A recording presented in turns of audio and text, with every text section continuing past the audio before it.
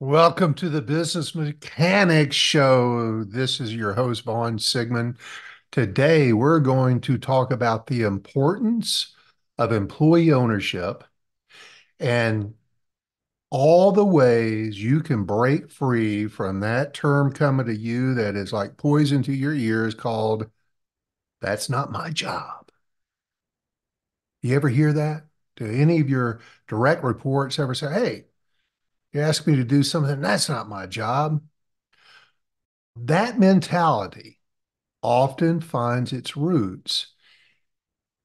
And I always have to break this kind of news to you, but it all comes from management and leadership. It's not the employee, it's you. It's your practices rather than it being the employee. So let's talk about why it's you. More importantly, let me give you some ideas as to why you may be creating this "it's not my job" mentality. And even more important than that, I'll offer some ways for you to improve it, to change it, to get that out of the vocabulary of your direct reports. So let me get started. Let's all understand that leaders, managers moving to leaders, you play a pivotal role in setting the tone and shaping the culture within the organization. I know it's painful and it's hard to accept that everything that goes well is likely your fault. And that's great. But also, we've got to accept the downside of that. When things aren't going very well, when you have this kind of "it's not my job" mentality, it's likely coming from you. Your employees feel disconnected from you, their roles. They may be unsure of expectations, or they perceive that their contributions are not valued, not feeling appreciated. All these things combined lead to a reluctance to go beyond just their job description. Effective leadership, on the other hand, involves clear communication of roles and responsibilities, providing adequate resources, and fostering an environment where employees feel motivated and empowered to take ownership of their work. And it's the responsibility of you as a leader to create that culture, one that encourages collaboration. Now we're starting getting into a key word, collaboration, and recognize each individual and team's efforts. That's where so many people fall short, is that recognition part. I find it constantly. I talk about it constantly. And you can fix this "it's not my job" mentality at zero cost. It just takes a change in mindset and leadership approach by you. And if you address these management and leadership aspects that I'm going to share with you later, you, your organization, can actively work to eliminate the "it's not my job" mentality and cultivate a workplace where employees are eager to contribute their best. Teamwork. Teamwork is the backbone of any successful organization. When all elements within a greater team work together, mutual support and collaboration, that drives success. It helps you achieve your mission, your goals. However, this toxic attitude undermines this unity, this "not my job" mentality is very destructive to that kind of team operating within your organization. And in today's podcast, we'll explore the critical concept of employee ownership and dive into the root causes and offer you solutions so you can wipe this situation out permanently.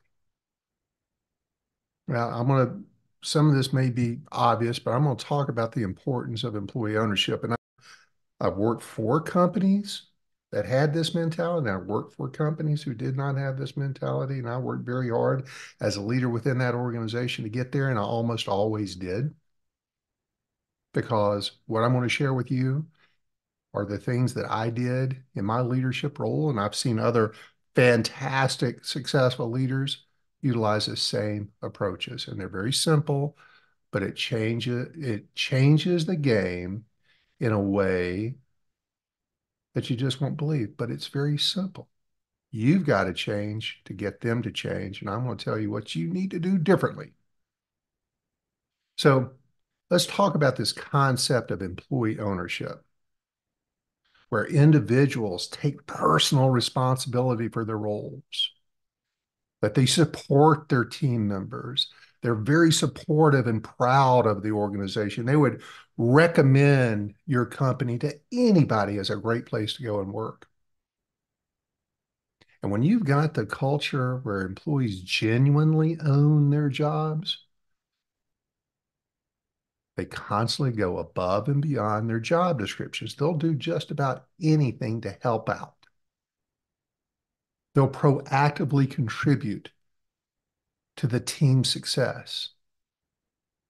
And they feel a deep sense of accountability for the organization's goals, which are your goals. And let's talk about that concept I frequently talk about, which is they don't work for the company, they work for you. Their performance is based on your performance. Let that sink in for a sec. You determine what mindset they have. You're contributing to one or the other.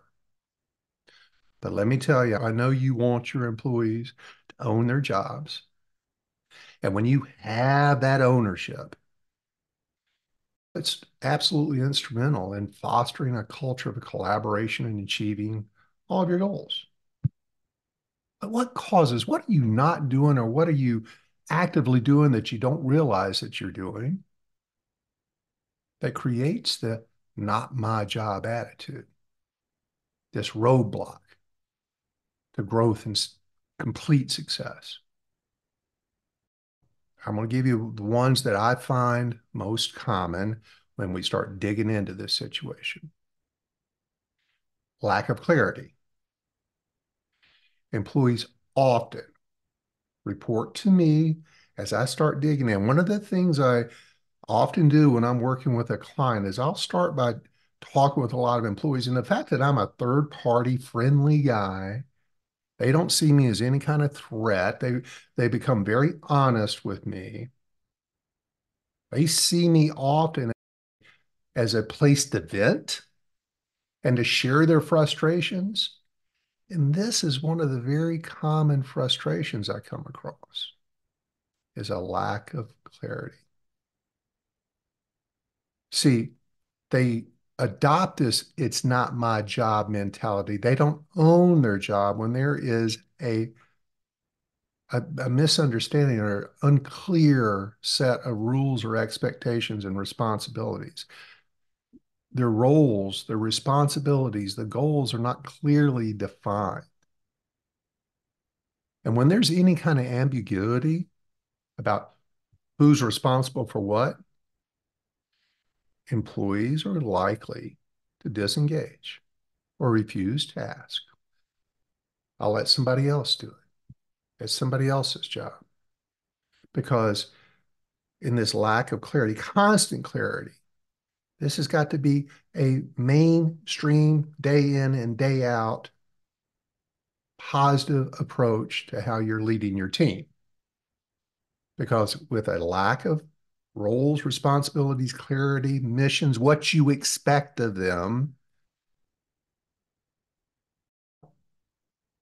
when there's that ambiguity, they just refuse tasks that fall outside of their perceived scope of work.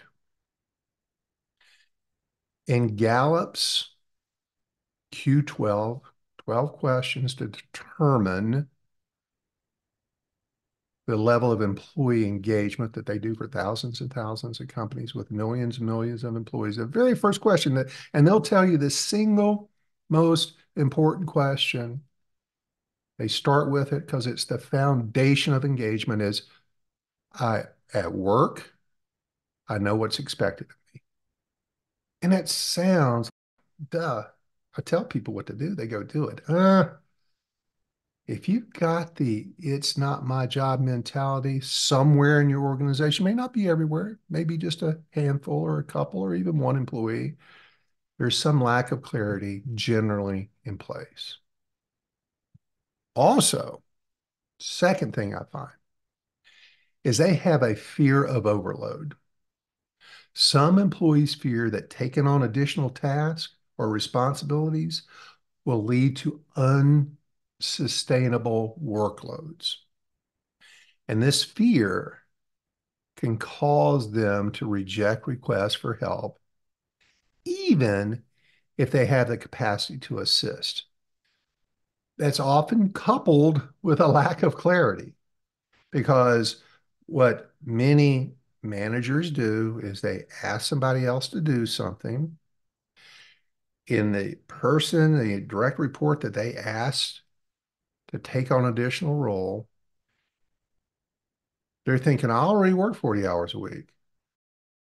How am I going to get this done? Am I going to have to work on Saturdays? I'm not doing that.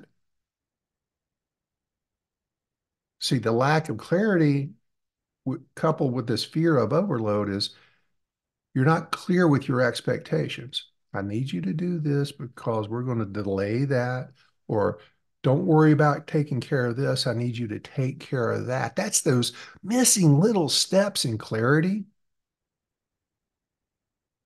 that's holding your team back, holding you back. Other thing too is the incentive structure.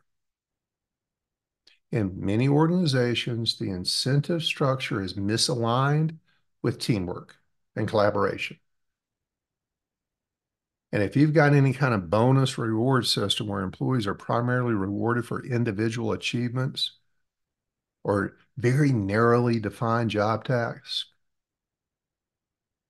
they may be less inclined to help their colleagues. Maybe a lack of trust. I find this very often. A lack of trust among team members absolutely breed the that's not my job mentality. See, when employees don't trust each other, their colleagues, their peers, or you, reciprocate, to reciprocate, help, or even acknowledge their contributions, if they don't see that you notice and appreciate any additional work they do, why do it? They don't trust that you appreciate it because you're not showing this appreciation. And the last one I find very common is organizational culture. Pretty broad scope there, but it plays a role, plays a very important role in shaping your employees' attitudes. And if you can create, even on your team, your direct reports, a culture that prioritizes teamwork and collaboration, and I'm going to tell you in a minute how to do all this. But when you have that culture of teamwork and collaboration and recognizing employees and recognizing the team for going the extra mile, it is much more likely to encourage employee ownership. So let's talk a little bit more about understanding what the problem is, what's causing. And I want to go back to that unsupportive organizational culture for a second.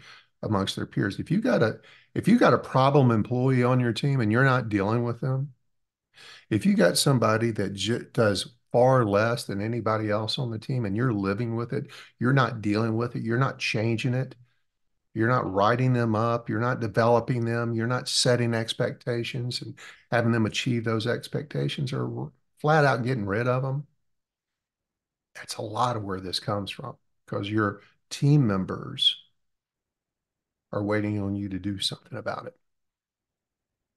So be careful with that. So now let's talk about some consequences. The attitude of it's not my job can have some very adverse consequences. Obviously, we wouldn't be talking about it. Let's talk about what some of those consequences are that you know about. There's missed opportunities.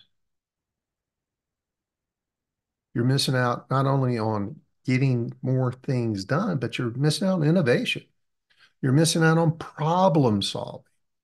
Those are opportunities, small opportunities that happen all day, every day. Finding better ways to do things. I talked about Gallup and engagement and this, it's not my job, because they're not sure what's expected of them and they're not working in a culture that breeds and rewards teamwork, collaboration. In the absence of that, it creates disengagement. And it creates this detachment between the employee and you, and certainly the organization. I harped a little bit on team dynamics. If they can't trust each other, if they don't have 100% trust in everybody on their team, that falls on you again. You've got to make sure everybody is able and willing to pull their weight. If you've got somebody that is underperforming, it will bring down your top performer. Deal with your problem employees. Reward your top performers. Make sure they know that about all this extra contribution, this extra workload that they're carrying. And it's just as a conversation, maybe a little bigger bump in their annual pay raise. But if you're constantly rewarding the behaviors you seek, you're going to get those behaviors. That often is where it comes off the rails, is a lack of recognition. And when you've got this, it's not my job mentality, not only is your organization not growing, you're not growing. Your team's not growing. And in a world that is rapidly changing, the landscape is constantly in a flux. You really must have this collaborative culture to be completely successful, to maximize your opportunities. So how do I break free from this? How do I get my employees to take ownership? Well, I've talked to you a little bit about this already, but it's recognizing the problem, understanding the consequences, and acknowledging that this it's not my job mentality is detrimental to you and your organization's success. And if you're listening to this podcast and you're ready to do something about it, let's do it. Let's start taking the steps to erase this from any part of your culture, from any of your direct reports, from any of your employees, team members. Let's talk about clarifying roles and expectations, job descriptions, onboarding, daily stand-up meetings, weekly team meetings, stopping after asking someone to do something for you, not telling them to do something, asking. That's such a, I want to just pause there a second. Do you ask or tell people to do things? Think about that. But when you're asking people to do something, do they understand why? Are you talking it through with them as to how their day is going to get restructured or their week or their job role is going to get restructured in order to allow for this extra capacity of your ask? They need clarification. They likely will not figure it out on their own. You two need to talk about it. And please don't make the mistake of asking somebody to do something that's on top of their current role and then say, do you have any questions? It's the worst thing you can say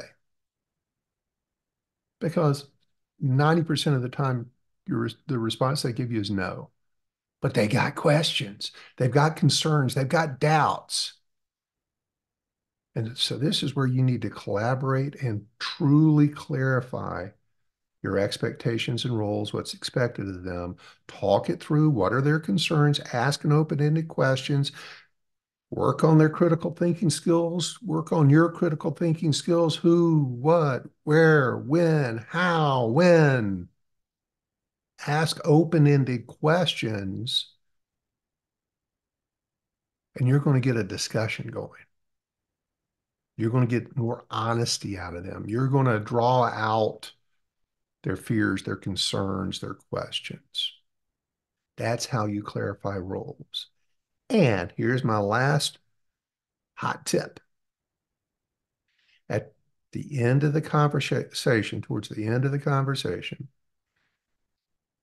ask them, okay, what did we just decide here?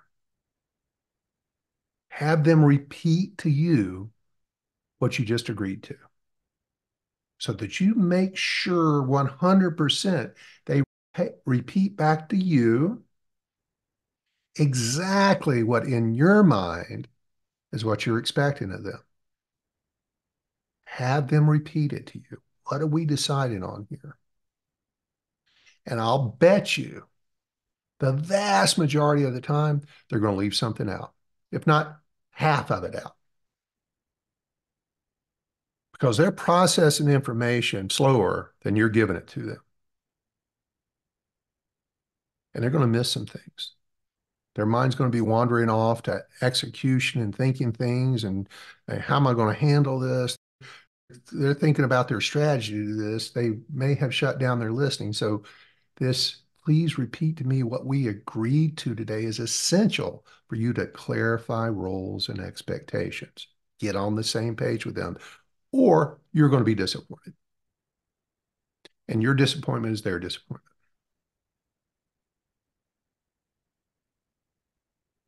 I'll move on. Let's talk about incentives. And when I say incentives, it's not always necessarily compensation. It's primarily recognition. So recognize your employees in compensation programs, and we can talk about that if you want to. But the simple, zero cost, easiest thing to do is recognize them. Recognize employees who support their colleagues, that go above and beyond the job description. Reward the behaviors you seek. Catch them doing it right. You are not allowed to miss it. You've got to be looking for it. You got to get off your butt and manage by walking around. And don't be walking around looking for everything that's wrong. That's our tendency. And that's the mindset around incentives that you really need to consider working on and embracing.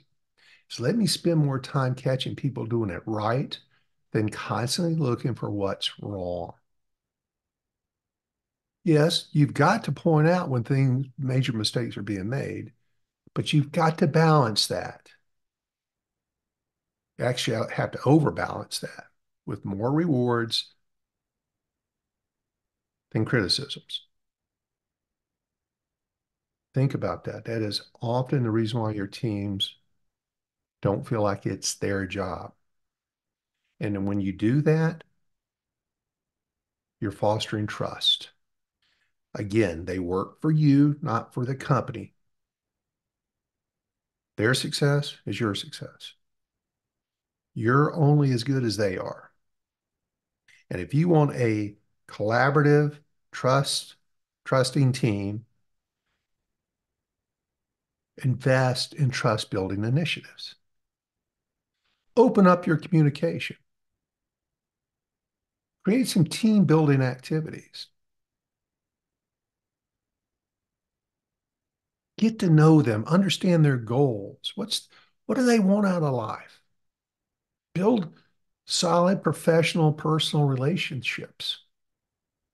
Get to know them a little bit. Let them get to know you a little bit. But most importantly, treat them fairly. Explain things clearly. Reward them when they're doing things right. Don't be a nag. Don't be a micromanager. A lot of you aren't,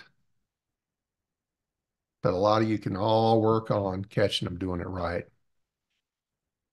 Because if you want to, it's not my job mentality, it's going to be up to you. You've got to lead by example. Your leadership sets the tone, and you need to pitch in. If you want them to do more, you need to do more. Lead from the front.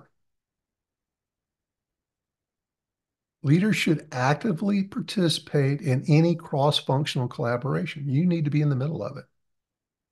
And you need to demonstrate the commitment and the support to a team effort. You've got to jump in there. You must be the best of the best in recognition. Catch them doing it right and tell them you see it. I've got lots of examples where leaders set the tone. But I got to tell you that the best leaders, and you've seen this in your own experiences, but when my team members are starting to get a little backed up, the leaders jump in and help them out. When they want to create a team mentality, they're in the middle working as hard as the team members to get things done. That doesn't become your full-time job, certainly not. But you do it long enough for them to see you doing it and setting the example, and they know it's not your job, and they so appreciate it. That's where some of this trust and respect comes from. Jump in there, help them out. You need to display the same behavior you expect out of them. So how do I create an ownership culture? It's a systematic approach I'm going to share with you right now. First thing, first tool, training and education. Provide your team regular training, regular communication, regular collaboration. Make your meetings open. Ask people's opinions, get their input, get their experiences, recognize them together. Make sure they have the tools and materials they need to do their job right. When you say you're going to do something, do it. But training and education is key to this. Now, what do I train them on, Vaughn? They know how to do their jobs. Let's talk about some team building workshops. You can go on YouTube. You can buy a book on Amazon. You can listen to another podcast on what these workshops look like, but create a session once a month, once a quarter that focuses on trust building, focuses on improving communication, focuses on strengthening relationships. One of the best practices we had back in my old days of corporate executiveship is we would start every meeting with what good happened to you last week? What was your best from last week? Start with something positive. If it's a quarterly meeting, we always did something to, what was your favorite movie? What's your favorite Thanksgiving dish? What's your favorite candy? What's the best trip you've ever been on? What's one secret about you that nobody in here knows? So simple, isn't it? And you'll be shocked at the responses you'll get out of asking those kind of questions. They start talking to each other. They start getting to know each other. They joke and play around with each other. Team building workshops also are problem solving workshops. Give them problem solving exercises. Get some case studies. Present it to them. Let them work through as a group how to solve it. Do that on a regular basis and you get them used. That's team building workshops. That's training. That's education. That's one aspect to it. Then provide your team with effective communication training because that's the cornerstone of successful teamwork. Train them on active listening, nonverbal communication, conflict resolution, role play, which was last week's podcast. Do some simulations, have them role play it. These kind of practices build teamwork, it builds relationships. And I mentioned conflict resolution workshops. If you don't know how, at a very high level, how to resolve conflict, you need to get yourself trained. You can then take what you learn from your training and build a workshop around that. There's reams of information you can use to support you in having this workshop, or you can hire somebody if you're in that kind of company. But conflict is inevitable with any team. And in fact, some experts will say that when there is healthy disagreement within a team, that's great. We're getting it all out there. We don't fight with each other. We're not disrespectful of each other, but we're disagreeing with each other, and that's okay. Allow for some disagreement. But you need to teach employees how to address conflicts or disagreement constructively, and then work through who, what, when, where, how, when, critical thinking to find a mutually beneficial solution. Compromise, collaboration, agreeing on what we're going to go do. And again, role playing is the best way to get your folks comfortable with that. Have them practice conflict resolution techniques. And of course, cross-functional training. If you make that part of your organization starting today, that you include in your, not only your job description, but your onboarding conversation, you have listened to that podcast, I hope. And if you've listened to that podcast, how to set employees up for success, you can get an onboarding checklist from there, download that.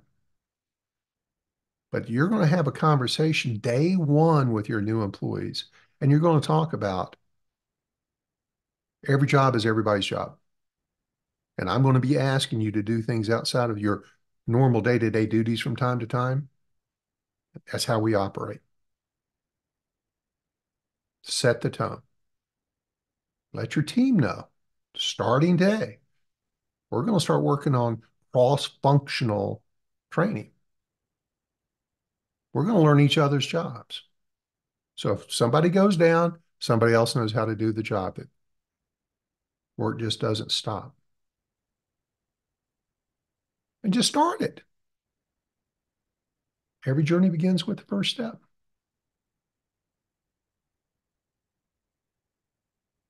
How about goal setting meetings? When you're setting goals, that's generally arbitrarily set, either given to you or you give it to them. Let them be part of goal setting. When you get your goal, collaborate with your team. Okay, here's our goal this month. Let's talk about how we're going to get there. Open up the dialogue. Most managers give their people the goal, the expectation, and you do have goals. Please, God, tell me you have goals, whether it's KPIs, productivity goals, accounts receivable goals, sales goals, whatever the goals are. What gets measured gets improved. Make sure your team has goals, and more importantly, include them in the how we're going to achieve that goal. Include them in that. That gives them ownership, because what they tell you they're going to do during that interaction, you're not telling them, they're telling you. Are you more likely to follow through and do something that you told somebody else to do, or what somebody else told you to do? Rhetorical question. This helps them share. This helps them create this sense of purpose and team, that they had some say in things. And when they have a little say, their opinions listened to, often acted upon, you create ownership. That's up to you. It's all on you. Are you giving regular feedback to your team? Feedback and performance evaluations are essential. And if you're sitting down, as I propose, we're a 30-minute feedback session every single month with every direct report, and have a good, constructive, and balanced dialogue with each employee. Dialogue means two-way conversation, right? Make sure you're asking open-ended questions, asking them what they felt like they did, ask them what they feel like they can work on, how they're going to go work on that. What are they going to change? What can they do differently to contribute? Include that in your monthly sit downs, one-on-ones. Problem solving and decision making, workshops. Yes, there are such things. Equip your team with problem solving techniques. Equip them with decision making frameworks. If you listen to my podcast, go find my podcast on critical thinking for your leadership. There's a critical thinking infographic in there that you can download. You can then build upon a team workshop on decision making, critical thinking, and then give them some scenarios again to collaboratively make decisions. Or you can, and during your meetings, when you got a problem, don't just put it on yourself to solve. Bring your team in. Here's the problem. What do y'all think we can do to fix this? Involve them, collaborate with them. Yes, it takes longer, but if you want to get rid of the "it's not my job" mentality, you got to do it. Have them be part of the solution. Don't just tell them what you feel like they need to do, because if you do that as a constant diet, you're telling them what to do all the time. They have no input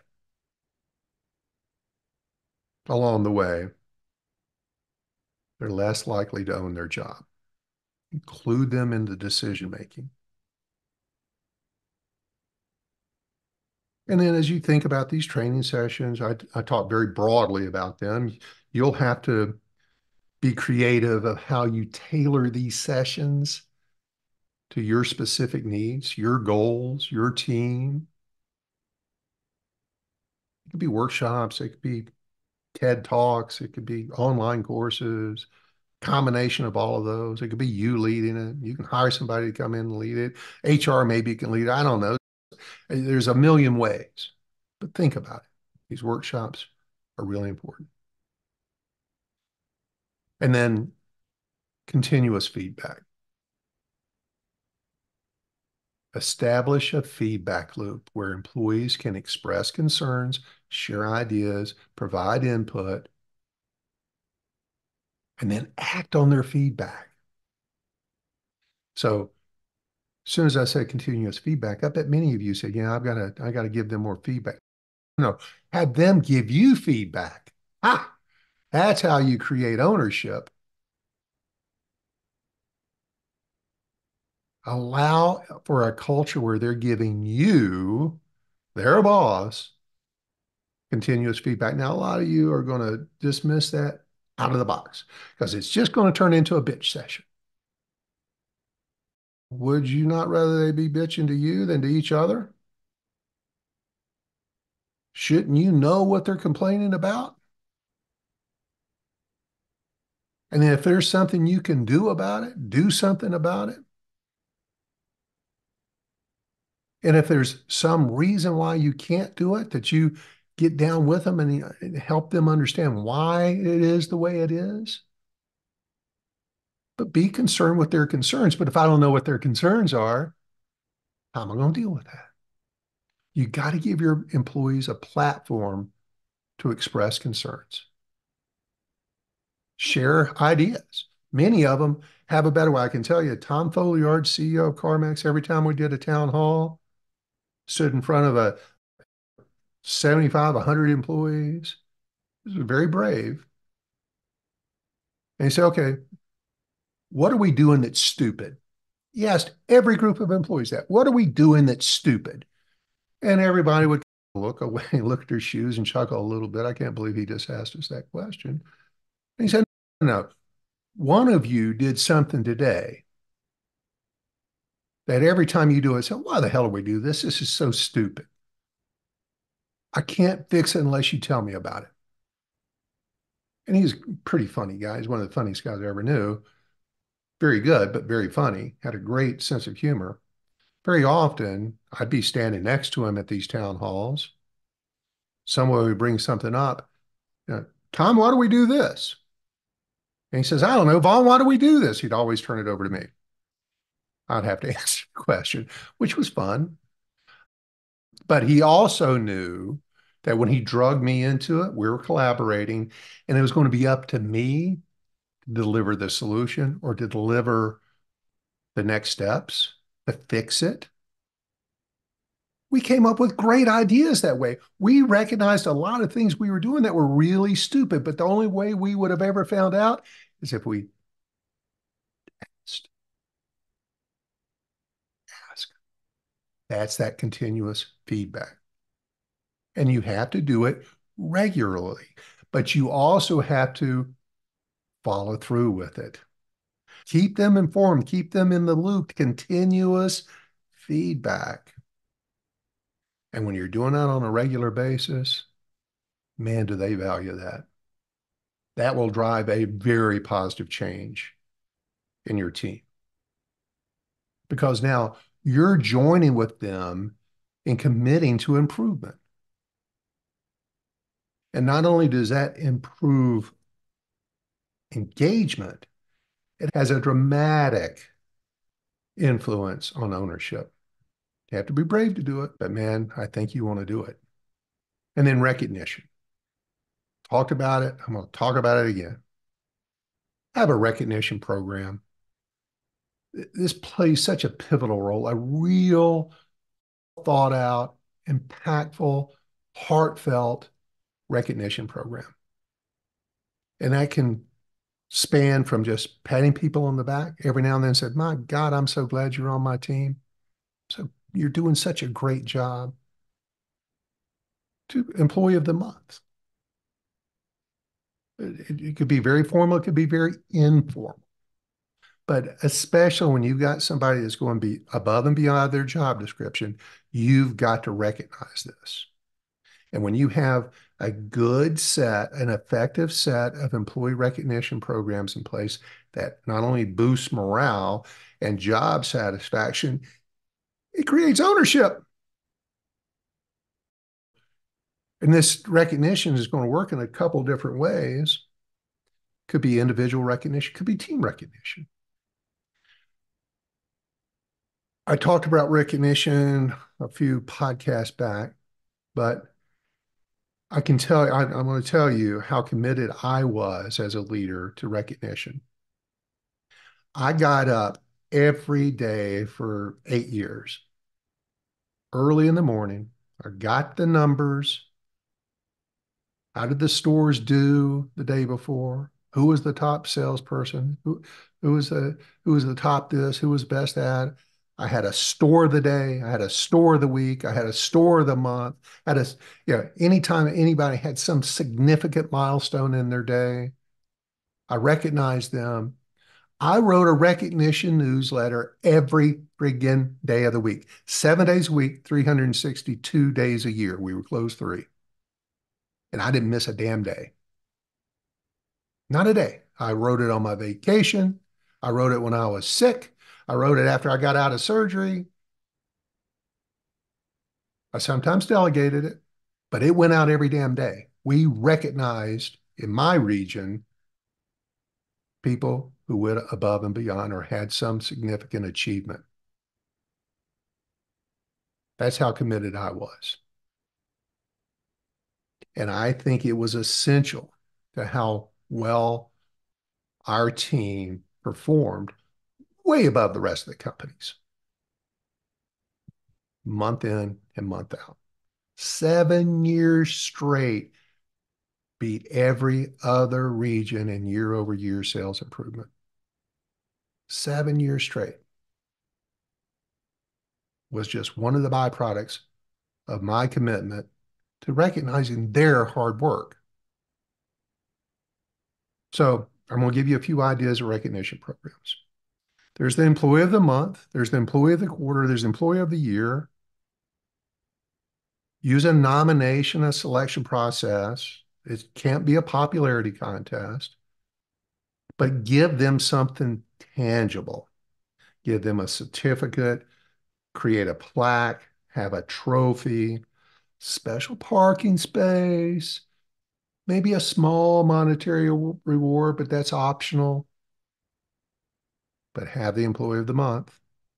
And then you should also build in a peer recognition program, a program that encourages employees to recognize each other. Back in my old days, we had above and beyond recognition. Anybody that did something to help somebody else out, they could fill out this little above and beyond. We had a big board of above and beyonds. We announced it at our weekly meetings. We showed appreciation. We made it a deal. And all it took was a pat on the back. But sometimes you could give them a gift card or an extra day off, but at least public acknowledgement, if nothing else. That generally satisfies it. Show your appreciation through a direct email to them or a handwritten note. But do it frequently, do it specifically, and make it heartfelt. That is so meaningful to people. And I know a lot of companies do this, but I'm going to throw it in there. Have an annual, monthly, quarterly award ceremony.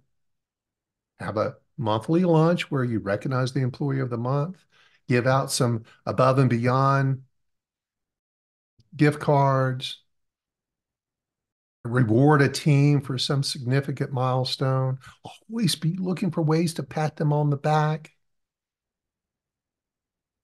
especially when somebody's coming up with new ideas, innovation, where teams are really drawn together to achieve something. That's real leadership.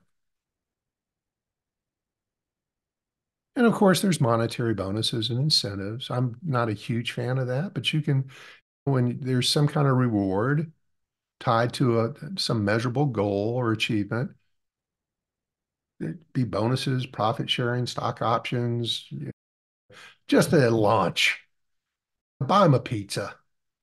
It was, I forget who the survey company was, but one of the most popular forms of recognition for employees was pizza. Something simple. In today's world, think about creating some flexible work arrangements. Now, that's sacrilegious to some people, but in today's culture, recognizing the importance of a work-life balance is a super valuable motivator. And when you got high performing employees, and you allow them to have more flexibility in their schedules, or maybe even additional paid time off, really valuable. And then baked into a lot of this is making sure that you have something to recognize teams,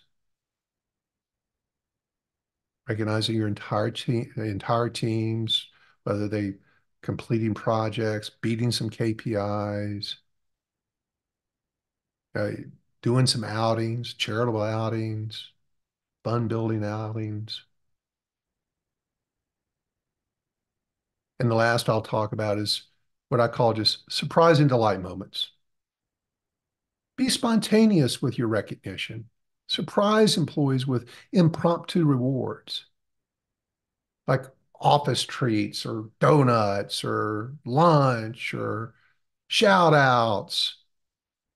It's really good to start every meeting with recognition. Hey, everybody, thanks for coming today. Let's start by I want to recognize Jerry for this. I want to recognize Sonia. Great job doing that. When you're spontaneously recognizing people, it's building that bond, it's building that respect, it's building that ownership. If you're not doing that, if you're too business, you're too direct, you're too just get it done, that's a big driver that it's not my job. So let's wrap it up. Fostering a culture of ownership, teamwork, recognition within your team, your organization, it's not only essential, but it's very achievable. And I hope with some of the strategies, which I know work that I've used personally, you put those in place, you'll have far less, if not zeroing out this that's not my job mentality. You'll create ownership. You'll create pride, commitment, but it comes from you. It comes from you. Think about all the things I shared with you today and measure your progress. Set a goal for yourself. Start kicking off some of these best practices and see if things don't start getting better real soon. I'm betting it will. And most of this is no cost, low cost,